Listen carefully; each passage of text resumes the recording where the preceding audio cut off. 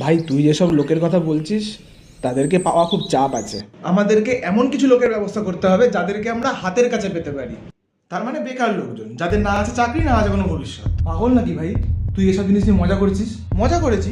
কোথায় মজা করলাম? আরে ওই তো বললো যে হাতের কাছে পাওয়া যাবে এমন লোক। তো পশ্চিমবঙ্গে দাঁড়িয়ে তুই এক হাত করে এগোবি, দেখবি তুই একটা করে বেকার লোক বসে আছে। মজা কোথায় করলাম ভাই আমি? ভাই আমি নববর্ষে ভগবানের কাছে একটাই প্রার্থনা করেছি, যেন আমার লাকটা একটু ভালো করে আর আমি একটা ভালো জায়গায় চাকরি পেয়ে চলে যেতে পারি। যার লাক আমার খারাপ, নাহলে কেউ পশ্চিমবঙ্গে জন্মগ্রহণ করে? লাক খারাপ?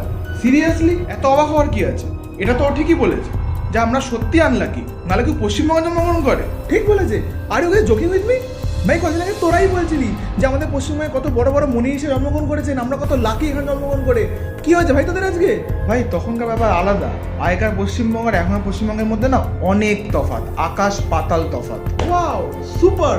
তার মানে তোদের লজিক অনুযায়ী ভগবান পুরো যেন এরকম না হয়, বাট যে মা বাবা আজকে তোদেরকে ভালোভাবে খাওয়াচ্ছে পড়াচ্ছে, যদি কোনোদিনও তোদের মা বাবার অবস্থা খারাপ হয়ে যায় আর তোদেরকে ঠিকমতোভাবে খাওয়াতে পড়াতে না পারে, তখন তার মানে তোরা বলবি যে উই আর সো আনলাকি যে এরকম মা বাবার ঘরে আমরা জন্মগ্রহণ করেছি, রাইট?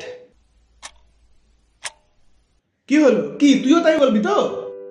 ভাই মানছি আমাদের পশ্চিমবঙ্গের অবস্থা এখন খারাপ চলছে, কিন্তু তাই বলে আমরা এটা বলতে পারি না যে আমরা আনলাকি এখানে জন্মগ্রহণ করেছি বলে। ভাই আমাদের বিপ্লবীরা যারা আমাদের দেশকে স্বাধীন করেছে, তারা যদি আজকে সেম কথা বলতো, আমরা ইন্ডিয়া জন্মগ্রহণ করে কি ভুল করেছি, উই আর সো আনলাকি, তাহলে আজকে আমাদের দেশ আজকে ইয়াতে আসতে পারতো, স্বাধীন হতো আমাদের দেশ। ভাই স্বামী বিবেকানন্দ শিকাগো ধর্ম মহাসম্মেলনে বক্তৃতা দেওয়ার পর অনেক দিন আমেরিকায় ছিলেন। তারপর যখন উনি আমেরিকা থেকে দেশে ফিরছিলেন, তখন জাহাজে এক সাহেব তাকে জিজ্ঞাসা করেছিলেন যে এতদিন আমেরিকায় থাকার পর আপনার কি দেশে ফিরে যেতে ভালো লাগছে? তখন স্বামীজিকে উত্তর দিয়েছিলেন জানিস? হ্যাঁ, খুবই ভালো লাগছে। ভাই মাতৃভূমির উপরে কিছু হতে পারে না। হ্যাঁ, সেই মাতৃভূমির সময় খারাপ যাচ্ছে, তার এখন একটা খারাপ সিচুয়েশনের মধ্যে দিয়ে যাচ্ছে। তোর কথা মানছি, তোর কথা বুঝতেও পারছি, কিন্তু আমরা কি করতে পারি?